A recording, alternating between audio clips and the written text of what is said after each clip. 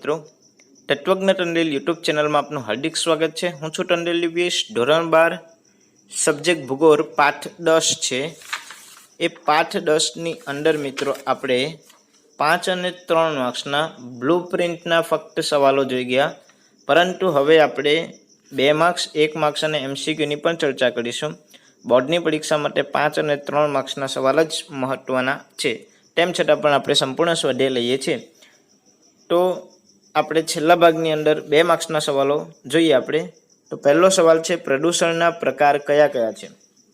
પ્રદૂષણના પ્રકાર સિમ્પલ, બહુ સરળ સવાલ છે। તો પ્રદૂષણ પહેલા કોને કહેવાય એ આપણે લખવાનું, પછી એના પ્રકાર। માનવીની પર્યાવરણ વિરોધી પ્રવૃત્તિને કારણે સજીવોના જીવન માટે જરૂરી ઘટકો દૂષિત થવાની ક્રિયાને પ્રદૂષણ કહેવાય। માનવીની પર્યાવરણ વિરોધી પ્રવૃત્તિ, પર્યાવરણ વિરોધી પ્રવૃત્તિ એટલે હવાનું પ્રદૂષણ કરીએ, આપણે અવાજનું પ્રદૂષણ કરીએ, બરાબર, જળ પ્રદૂષણ, જમીનનું પ્રદૂષણ, આ બધા પ્રદૂષણ એને પર્યાવરણ વિરોધી પ્રવૃત્તિ કહેવાય। પર્યાવરણને આપણે નુકસાન પહોંચાડીએ છીએ એ એટલે પર્યાવરણ વિરોધી પ્રવૃત્તિ। એના કારણે શું થાય છે? સજીવના જીવન માટે જરૂરી જે ઘટક છે એ દૂષિત થાય। સજીવના જીવન માટે જરૂરી જે ઘટક કોને કહેવાય? તો હવા, પાણી અને ખોરાક, ખાસ કરીને, બરાબર, હવા અને પાણી આ સૌથી વધારે મહત્વની વસ્તુ છે। તો એ મનુષ્યના જીવન માટે જરૂરી ઘટક કહેવાય, તો એ દૂષિત થાય છે। જો એ દૂષિત થવાની જે પ્રક્રિયા એને પ્રદૂષણ કહેવાય। આપણે એવી પ્રવૃત્તિ કરીએ, બરાબર, પર્યાવરણ વિરોધી પ્રવૃત્તિ કરીએ, એના કારણે સજીવના જીવન માટે જરૂરી ઘટક એ દૂષિત થાય છે, અને એ જે દૂષિત થાય છે એને આપણે પ્રદૂષણ કહીએ છીએ। તો મિત્રો પ્રદૂષણના પ્રકારો આપણને ખાસ માંગેલા છે, બરાબર। તો એ 4 પ્રકાર છે। પહેલું યાદ રાખવાનું હવા, બીજું જળ, ત્રીજું ભૂમિ અને ચોથું ધ્વનિ। બહુ સરળ છે। હવાનું પ્રદૂષણ, જળ પાણીનું પ્રદૂષણ, ભૂમિનું પ્રદૂષણ અને ધ્વનિનું પ્રદૂષણ। ત્યાર પછી બીજો સવાલ છે, આજે ભૂમિગત જળ દૂષિત થયું છે, વિધાન સમજાવો। પહેલા તો શબ્દ આ સમજો, ભૂમિગત જળ એટલે શું? તો જમીનની અંદર જે રહેલું પાણી છે, જમીનની અંદર, એને ભૂમિગત જળ કહેવામાં આવે છે। એ દૂષિત થઈ ગયું છે, તો કઈ રીતે? વિધાન સમજાવો। તેમાં મહત્વની વસ્તુ છે, જવાબ જોઈએ આપણે તો હરિયાળી ક્રાંતિની સાથે સાથે ખેતીમાં વપરાતા કીટનાશકો અને અકાર્બનિક દ્રવ્યથી બનેલા ખાતરોનો વપરાશ અમર્યાદિત રીતે વધ્યો છે, બરાબર। હરિયાળી ક્રાંતિની શરૂઆત થઈ આજે, તો એમાં જે ખેતીમાં વપરાતા જે ખાસ કરીને જંતુનાશક દવા, જે કીટનાશક દવા અને અકાર્બનિક જે દ્રવ્ય છે એનાથી બનેલા જે ખાતરો છે એનો વપરાશ વધી ગયો। ખેતીમાં આપણે જંતુને મારવા માટે જે કેમિકલવાળી દવાનો ઉપયોગ કરીએ છીએ, બરાબર, એનો વપરાશ અમર્યાદિત થઈ ગયો છે, એટલે પુષ્કળ પ્રમાણમાં એનો વપરાશ થાય છે, એના પર કોઈ મર્યાદા રહી નથી। આ રસાયણો ખેતરમાંથી વરસાદી પાણીમાં ભળી જાય છે। આપણે દવા ક્યાં નાખીએ? ખેતરમાં। અને આપણે ખેતરમાં નાખીએ તો ત્યારે જ્યારે આપણે દવાનો છંટકાવ કરીએ છીએ, બરાબર, તો આપણે વરસાદ પહેલાં જ કરીએ, કારણ કે વરસાદ પડે તો જ એક પાક થાય। તો જ્યારે વરસાદ પડે છે તો વરસાદ પડવાથી એ દવાનો જે આપણે છંટકાવ કરીએ છીએ તો એ પાણી જ્યારે પડે છે તેની સાથે દવા જે છે એ મિક્સ થાય છે, ભળી જાય છે, બરાબર। અને એ પછી શું, પાણી વહે અને ધીમે ધીમે નદી, સરોવર કે જે પ્રમાણે વરસાદનું પાણી વહી જતું એ વહી જાય, અને ઘણું ખરું પાણી એ જમીનમાં ઉતરે છે, તેથી ભૂમિગત જળ દૂષિત થાય છે, બરાબર। સૌથી મોટું મિત્રો આમાં યાદ રાખવાનું છે ખેતી। એક જ ટોપિક યાદ રાખવાનો કે ખેતીમાં જે આપણે જંતુનાશક દવાનો ઉપયોગ કરીએ છીએ, બરાબર, તો દવાનો છંટકાવ કર્યા પછી જ્યારે વરસાદ પડે છે તો વરસાદ સાથે એ જંતુનાશક દવા ભળી જાય છે, અને એ જમીનમાં જ્યારે પાણી ઉતરે છે તેના કારણે ભૂમિગત જળ દૂષિત થાય છે। આ પણ ખૂબ જ સરળ સવાલ છે। ત્રીજું છે, ભૂખમરાની પરિસ્થિતિ કયા સંજોગમાં સર્જાય? ભૂખમરો એટલે લોકો ભૂખથી મરી જાય અથવા કુપોષણનો શિકાર બને, ને ખાવાનું ન મળે, વિટામિન વાળું ન મળે, બરાબર, પૂરતો આહાર ન મળે, એને કુપોષણ કહેવાય। તો આપણે જોઈએ, આપણે કુપોષણનું વરવું સ્વરૂપ ભૂખમરો છે, એટલે કુપોષણનું બીજું સ્વરૂપ શું છે? ભૂખમરો, લોકોને ખાવાનું ન મળે, મૃત્યુ પામે, બરાબર। દર વર્ષે આપણે જોઈએ કે ઘણા બધા જે ભિખારીઓ ભીખ માંગીને ખાતા હોય, પણ કોઈક પરિસ્થિતિમાં વરસાદના સિઝનમાં કે એમને ખાવા ન મળે અને ઘણા દિવસ ન ખાધું હોય તો એ મૃત્યુ પામે, બરાબર, એને ભૂખમરો કહેવાય. તો આ સમસ્યા અનાજની ભારે અછતથી પેદા થાય છે. કોઈ વર્ષે વરસાદ જ ન પડે અથવા પુષ્કળ પ્રમાણમાં વરસાદ પડે તો અનાજની જ્યારે અછત થાય છે, અનાજની ઘટ પડે અને ત્યારે લોકોને પૂરતા પ્રમાણમાં ખાવા ન મળે, કદાચ મોંઘવારી વધી જાય, ત્યારે પણ આ વસ્તુ થઈ શકે. ત્યારે દુષ્કાળ પડે, પૂર આવે, વાવાઝોડું, તીડ જેવા કીટકનો ઉપદ્રવ વધી જાય, કોઈ યુદ્ધ ફાટી નીકળે, અરાજકતા, ગ્લોબલ વોર્મિંગ વગેરે સંજોગોમાંથી ભૂખમરાની પરિસ્થિતિ સર્જાય છે. આ બધા કારણો છે દુષ્કાળ, બરાબર, અતિવૃષ્ટિ, અનાવૃષ્ટિ. આ બધી પરિસ્થિતિમાં શું થાય છે? ભૂખમરાની પરિસ્થિતિ સર્જાય છે. એટલે આ બધા કારણો લખવાના છે. ચોથો સવાલ છે, જૈવિક કચરાનો નિકાલ પડકારજનક છે, આ વિધાન સમજાવો. આજે જૈવિક કચરો દવાખાનામાં ખાસ કરીને ખાલી બોટલ, પાટા, રૂ, બરાબર, ઇન્જેક્શન, હાથના મોજા, પછી જે બોટલ અને આપણા હાથમાં જોડેલી નળી બધી, બરાબર, આ બધું જૈવિક કચરો કહેવાય છે. એનો નિકાલ કરવો એ એક પડકારજનક, મુસીબતકારક છે, બરાબર. તો આપણે જોઈએ કે દવાખાના કે હોસ્પિટલમાંથી નીકળતા કચરાને જૈવિક કચરો કહે છે. દવાખાનામાંથી આપણે મેડિકલ વેસ્ટ, બરાબર, ડૉક્ટરો જે ઉપયોગ કરે પછી જે વેસ્ટમાં જાય છે એ બધો કચરો કેવો છે? એ જૈવિક કચરો છે. જેમ કે અહીંયા આપેલું છે, આપણે લોંગ સવાલમાં પણ જોઈએ પાટા, કોઈને વાઢકાપ થયેલું હોય, બરાબર, પાટા બાંધેલા હોય એ, પછી એમાં રૂ મૂકવામાં આવે, કાઢી નાખેલું પ્લાસ્ટર, કોઈને ક્રેક થઈ ગયો હોય, હાડકું ક્રેક, બરાબર, અને પ્લાસ્ટર લગાવે તો પ્લાસ્ટર પછી એ કાઢી નાખે છે, સારું થઈ જાય તો એ પ્લાસ્ટર. ડૉક્ટરના હાથ મોજા, ઇન્જેક્શન, સોય, દવાની ખાલી બોટલ, વાઢકાપ વેરાએ કાઢી નાખેલા અંગ, અમુક અંગ આપણા શરીરના ખરાબ થઈ ગયેલા હોય તો અંગને કાપી નાખે, તે બધા અંગ. આ જૈવિક કચરો ચેપીપણા તથા વિષાક્ત દ્રવ્યોને કારણે ખૂબ જ જોખમી છે, કારણ કે એમાં ચેપ લાગેલો હોય છે, બરાબર. જે તે વ્યક્તિના વાઢકાપ કરેલા હોય, એને ઇન્જેક્શન લગાવેલી હોય કે એને પાટા બાંધેલા હોય, એના રૂટ, આ બધી જ વસ્તુ ખાલી બોટલને ચડાવેલી હોય, લોહીની બોટલ હોય કે બીજી કોઈ પણ બોટલ, તો એના સાથે એનું ભેળસેળ થાય છે. તો આ બધુંથી થોડું નુકસાનકારક છે. આ કચરાનો નિકાલ સામાન્ય કચરાની જેમ કરાય તો તેનાથી અનેક રોગો ફેલાય છે, કારણ કે એમાં માણસના બધા અંગ અને એના ચેપ ને બધું લાગેલું હોય. એટલે આપણે બીજા બધા કચરાની જેમ એનો નિકાલ કરીએ તો એનાથી ચેપ જે હવામાં, રજકણોમાં ફેલાવાની શક્યતા વધી જાય છે, બરાબર. તેથી જૈવિક કચરાનો નિકાલ એક પડકારજનક છે, મુસીબતજનક છે. એટલે કે એને યોગ્ય જગ્યાએ ટ્રીટમેન્ટ કરીને વ્યવસ્થિત જગ્યાએ જ, જ્યાં માનવની વસ્તી ઓછી હોય, બરાબર, એવી જગ્યાએ એનો નિકાલ કરવો જોઈએ. ત્યાર પછી 2 માર્ક્સનો આપણો છેલ્લો સવાલ જોવાના છે, માનવ મળમૂત્રની સમસ્યા જણાવો. આપણો જે ગટરમાં આપણે મળમૂત્રનો ત્યાગ કરીએ છીએ, બરાબર, બાથરૂમ દ્વારા જે જાય છે, એ પણ એક સમસ્યા છે, એ પણ આપણે જોવાના છે. તો વધતી જતી વસ્તી સાથે માનવ મળમૂત્રનો નિકાલનો સવાલ એ જોડાયેલો છે, બરાબર, કે મળમૂત્રનો નિકાલ ક્યાં કરવાનો. જો તેનો યોગ્ય નિકાલ ન થાય તો ગંદકી અને રોગચાળો ફેલાય છે, બરાબર. જે કૂવા છે એ ભરાઈ જાય તો પછી શું, તેનો પણ નિકાલ કરવો જોઈએ ને. તો એના માટે રોગચાળો ફેલાય છે, ગંદકી અને રોગચાળો.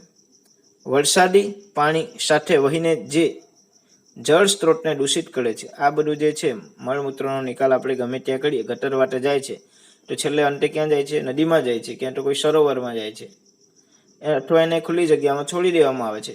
તો એ બધું પાણી સાથે જ્યારે ભરે છે ત્યારે પાણીને દૂષિત કરે છે, અને તેના દ્વારા હવા, પાણી અને જમીનનું આ 3 પ્રદૂષણ થાય છે. કારણ કે એનો જે વાસ, દુર્ગંધ આવતી હોય છે, બરાબર, એનાથી હવાનું પ્રદૂષણ, પાણી સાથે ભળે તો પાણીનું, અને જમીન પર તો એને છોડવામાં જ આવે છે એટલે જમીનનું પ્રદૂષણ. 3 પ્રકારના પ્રદૂષણ માનવ મળમૂત્ર જે છે એનાથી પણ થાય છે. એટલે 2 માર્ક્સના સવાલ આપણા પૂર્ણ થાય છે. હવે 1 માર્ક્સ અને MCQ જોવાના છે. આપણો ચોથો પ્રશ્ન છે, એક વાક્યના સવાલ જવાબ. એમાં પહેલો સવાલ છે, અશ્મિભૂત બળતણોના દહનથી કઈ કઈ અશુદ્ધિ હવામાં ભળે છે, બરાબર.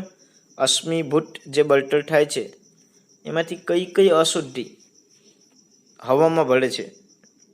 તો જવાબ જોઈએ આપણે, અશ્મિભૂત બળતણોના દહનથી sulphur dioxide, carbon dioxide, carbon monoxide, શીશુ વગેરે જે અશુદ્ધિ છે, ખરાબ જે હવા છે, બરાબર, આ જે કચરો જ કહેવાય એક જાતનો કાર્બન મોનોક્સાઇડ ને બધું, તો આ ખરાબ જે હવા છે એ હવામાં ભરવાના કારણે એ આપણું જે હવામાન છે એટલે કે અશુદ્ધિ આ બધી હવામાં જાય છે. બીજો સવાલ છે, જમીન પ્રદૂષણ મુખ્યત્વે શેનાથી ફેલાય? જમીન પ્રદૂષણ કઈ રીતે ફેલાય?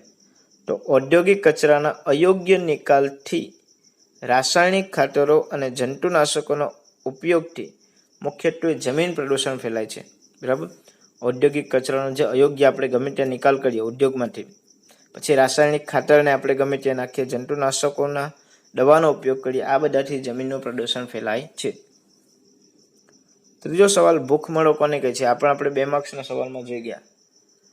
તો વિટામિન શરીર ટકાવી રાખવા માટે જરૂરી પોષક દ્રવ્ય અને ઉર્જાની ભારે ઉણપને ભૂખમરો કહેવાય. આપણા શરીરને જો વ્યવસ્થિત ટકાવવું હોય તો એક વિટામિન, બરાબર, એ શરીરને ટકાવી રાખવા માટે જરૂરી પોષક દ્રવ્ય છે. એના માટે જ આપણે અલગ અલગ ફ્રૂટ ને ફળ ને બધું ખાઈએ છીએ. તો એ ઉર્જાની ભારે ઉણપ જ્યારે માણસને થાય છે, માણસને શક્તિ પ્રાપ્ત ન થાય શરીરને ચલાવવા માટે, તેને આપણે ભૂખમરો કહે છે. ચોથો સવાલ છે, ઘન કચરાનો નિકાલ મોટે ભાગે કઈ રીતે કરાય? ઘન કચરો, તો મોટે ભાગે ઘન કચરાનો નિકાલ નીચે જમીન કે મોટા ખાડા કરી તેને નવસાધ્ય બનાવવા માટે, બરાબર, એને રિસાયકલ બિન આપણે કહે છે. મોટા ખાડા કરવા જોઈએ અને એક જગ્યાએ જે જમીન એવી હોય કે જે પડતર જમીન હોય, જેમાં કંઈ કશું ઉગતું ન હોય, એવી જમીનમાં એને દાટવા જોઈએ. પાંચમો સવાલ છે, પ્રદૂષણના મુખ્ય પ્રકાર કયા કયા? તો એ પણ આપણે 2 માર્ક્સમાં જોઈ ગયા. હવાનું, જળ પ્રદૂષણ, ભૂમિ પ્રદૂષણ, ધ્વનિ એટલે કે અવાજનું પ્રદૂષણ. આ 4 મુખ્ય પ્રકાર છે. એમ તો બીજા બધા પણ પ્રદૂષણ છે જ પ્રકાર, પણ આ 4 મહત્વના પ્રકાર છે. છઠ્ઠો સવાલ, દૂષિત પાણીની વ્યવસ્થા કરતા એકમને શું કહે છે? તો દૂષિત પાણીની વ્યવસ્થા કરતા એકમને સુએજ ટ્રીટમેન્ટ પ્લાન્ટ કહે છે. સુએજ ટ્રીટમેન્ટ પ્લાન્ટ જે દૂષિત પાણી જે છે, બરાબર, એની વ્યવસ્થા કરે યોગ્ય. ત્યાર પછી 7મો સવાલ, પ્રદૂષણ એટલે શું? તો સજીવોના જીવન માટે જરૂરી ઘટકો દૂષિત થવાની ક્રિયાને પ્રદૂષણ કહેવાય. સજીવનું જે જીવન છે, બરાબર, એના માટે જે જરૂરી ઘટક કહેવાય, એ ઘટક જ્યારે દૂષિત થાય છે તો એને પ્રદૂષણ કહેવાય. 8મો સવાલ, ભૂમિ પ્રદૂષણ એટલે શું? તો જમીનની ગુણવત્તામાં થતા ઘટાડાને ભૂમિ પ્રદૂષણ કહેવાય. જમીનની જે ગુણવત્તા, ક્વોલિટી છે, એમાં જે ઘટાડો થાય છે એને આપણે ભૂમિ પ્રદૂષણ કહીએ છીએ. 9મો સવાલ, પ્રદૂષિત પાણી પીવાથી શું થાય? પ્રદૂષિત એટલે દૂષિત. તો દૂષિત પાણી પીવાથી પાણીજન્ય રોગ કે જેમાં ઝાડા, ઉલટી, કૃમિ, હિપેટાઇટિસ, આ બધા જે રોગો છે, બરાબર, એ બધા દૂષિત પાણી પીવાથી થાય છે. હવે મિત્રો આપણે MCQ જોવાના છે. 5મો પ્રશ્ન છે આપણો, નીચેના પ્રશ્ન માટે આપેલા વિકલ્પમાંથી સાચો વિકલ્પ પસંદ કરીને, એટલે MCQ આપણે છે, બરાબર. પહેલો જ સવાલ, તેજાબી વરસાદ માટે જવાબદાર કોણ છે? તો તેજાબનો જે વરસાદ પડે છે, એસિડ જે આપણે કહીએ છીએ, બરાબર, એના માટે જવાબદાર છે સલ્ફર ડાયોક્સાઇડ. આ સલ્ફર ડાયોક્સાઇડ જ્યારે હવામાં વધારે પ્રમાણમાં ભળે છે, મિક્સ થાય છે, અને એનાથી તેજાબી વરસાદ પડે છે. બીજો MCQ છે, ઔદ્યોગિક વિસ્તારો, રેલ માર્ગો, સડક માર્ગો વગેરેથી જેમ જેમ દૂર જઈએ તેમ તેમ ધ્વનિ જે પ્રદૂષણ છે એની માત્રા ઘટે, બરાબર. ઉદ્યોગોથી આપણે દૂર જઈએ, રેલ ટ્રેનનું પ્લેટફોર્મ કે ટ્રેકથી દૂર જઈએ, સડકથી દૂર જઈએ, તેમ તેમ જે ધ્વનિ પ્રદૂષણ છે એની માત્રા હંમેશા ઘટવાની છે. ત્રીજો MCQ, ગરીબી દેશની વિકાસ યાત્રા એ મંદ બનાવે છે. ગરીબી જે છે દેશની જે વિકાસ યાત્રા એને શું બનાવે? મંદ બનાવે, એટલે કે ધીમી બને. કારણ કે ગરીબીના કારણે દેશ જે છે એ વધારે પ્રગતિ કરી શકતો નથી. ચોથો MCQ, માનસિક તાણ પેદા કરનાર પ્રદૂષણ એ કયું? ધ્વનિ પ્રદૂષણ છે, જેનાથી માનસિક તાણ પેદા થાય છે. 5મો MCQ, નીચેનામાંથી કયું પ્રદૂષણ કુદરતી પ્રદૂષણ નથી? કુદરતી નથી, બરાબર. તો દાવાનળ, જંગલમાં આગ લાગે એ કુદરતી કહેવાય. ચક્રવાત એ પણ કુદરતી કહેવાય. અને ધરતીકંપ એ પણ જ્યારે શહેરીકરણ જે છે, શહેરીકરણની સમસ્યા એ કુદરતી નથી, બરાબર, એ કૃત્રિમ છે, માણસે સર્જેલું છે. છઠ્ઠું, ચામડાનો ઉદ્યોગ કયા પ્રકારનું પ્રદૂષણ ફેલાવે? તો ચામડાના ઉદ્યોગમાં પુષ્કળ પ્રમાણમાં જળ વપરાય છે, એટલા માટે એ જળ પ્રદૂષણ ફેલાવે છે. સાતમું, જળ એ ખાલી જગ્યા છે, એ ઉક્તિ સાચે જ સાર્થક છે. જળ એ જીવન છે એવું આપણે સાંભળ્યું છે. 8, વિકાસશીલ દેશોની મુખ્ય સમસ્યા કઈ? જે દેશનો વિકાસ હજુ ચાલે છે, બરાબર, વિકસિત થઈ ગયા નથી, વિકાસ હજુ ચાલે છે જે દેશનો, ને મુખ્ય સમસ્યા આગળ પણ આવી ગયું છે, ગરીબી છે એમની મુખ્ય સમસ્યા. ગરીબીના કારણે દેશ પ્રગતિ કરી શકતો નથી. 9મો MCQ, ભારતમાં વિકાસ યોજનાઓ ઘડવાનું કાર્ય કોણ કરે? તો ભારતમાં વિકાસ યોજનાઓ ઘડવાનું કામ આયોજન પંચ કરે. આ તમને સરકારી ઘણી બધી એક્ઝામમાં પૂછાઈ શકે એવો સવાલ છે. ભારતમાં વિકાસ યોજનાઓ ઘડવાનું કાર્ય તો આયોજન પંચ કરે છે. અને ત્યાર પછી છેલ્લો MCQ, કઈ સમસ્યા આજની ભારે અછતના કારણે પેદા થાય છે? તો એ ભૂખમરો છે, બરાબર. લોકોમાં અછત પડે, પૈસાની તંગી ક્યાં તો અનાજની તંગી પડે છે ત્યારે ભૂખમરો થાય છે, બરાબર. તો મિત્રો, આ પ્રમાણે આપણો 10મો પાઠ છે એનો સંપૂર્ણ સ્વાધ્યાય આપણે પૂર્ણ કર્યું છે. જો તમને વિડીયો ગમે તો લાઈક, શેર અને સબસ્ક્રાઈબ કરવાનું ભૂલતા નહીં. ને મિત્રો, આપણા ખાસ કરીને સંસ્કૃતના વિડીયો ઘણા ચાલે છે યુટ્યુબ પર, બરાબર. ખૂબ જ ફેમસ છે સંસ્કૃત માટે, કારણ કે ભણાવવાની મારી પદ્ધતિ વિશેષ છે અને મારો મુખ્ય સબ્જેક્ટ સંસ્કૃત છે. તો ચાલો નેક્સ્ટ પાર્ટમાં આપણે ભણશું. Thank you.